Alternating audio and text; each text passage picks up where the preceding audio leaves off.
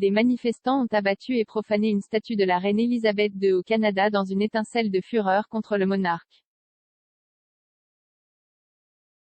Les manifestants ont attaché une corde autour de la statue avant de la renverser jeudi sur le terrain de l'Assemblée législative du Manitoba. La manifestation a eu lieu le jour de la fête du Canada où des images montraient des groupes qui se rassemblaient pour retirer la statue de Sa Majesté. Dans un incident distinct, une statue de la reine Victoria a été recouverte de peinture rouge et orange avant d'être également piétinée par des manifestants.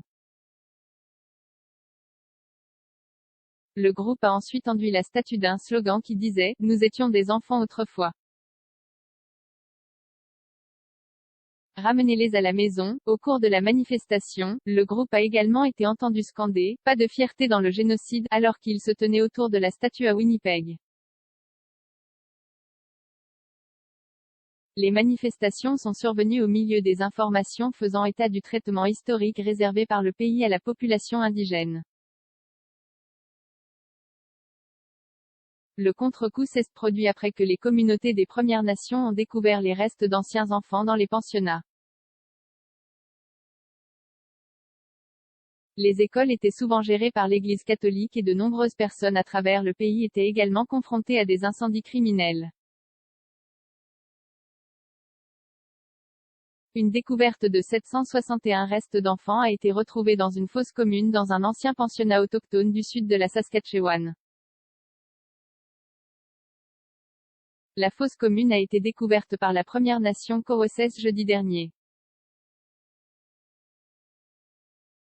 Le groupe tente de dénoncer l'exploitation de leurs ancêtres au Canada. 200 autres corps ont également été retrouvés dans une tombe à l'école de la mission Saint-Eugène en Colombie-Britannique.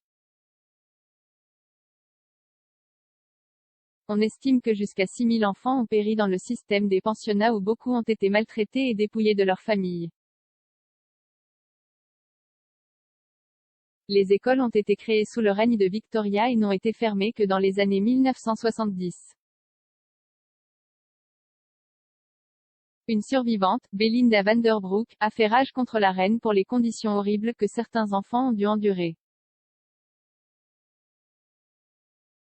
Elle a déclaré à CBS News, « Cette reine est celle qui a donné notre terre comme ça à son joyeux gentleman, ses commerçants de fourrure. Donc, je n'ai vraiment pas de place pour elle dans mon cœur. Je ne l'ai jamais fait.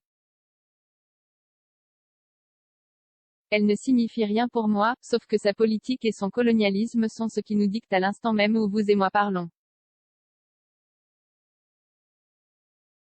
Pendant leur séjour à l'école, les enfants ont également été interdits de parler leur langue maternelle.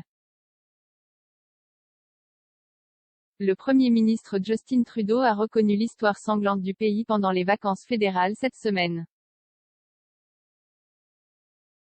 Il a déclaré, « Les horribles découvertes des restes de centaines d'enfants sur les sites d'anciens pensionnats en Colombie-Britannique et en Saskatchewan nous ont, à juste titre, poussés à réfléchir aux échecs historiques de notre pays et aux injustices qui existent encore pour les peuples autochtones et bien d'autres. »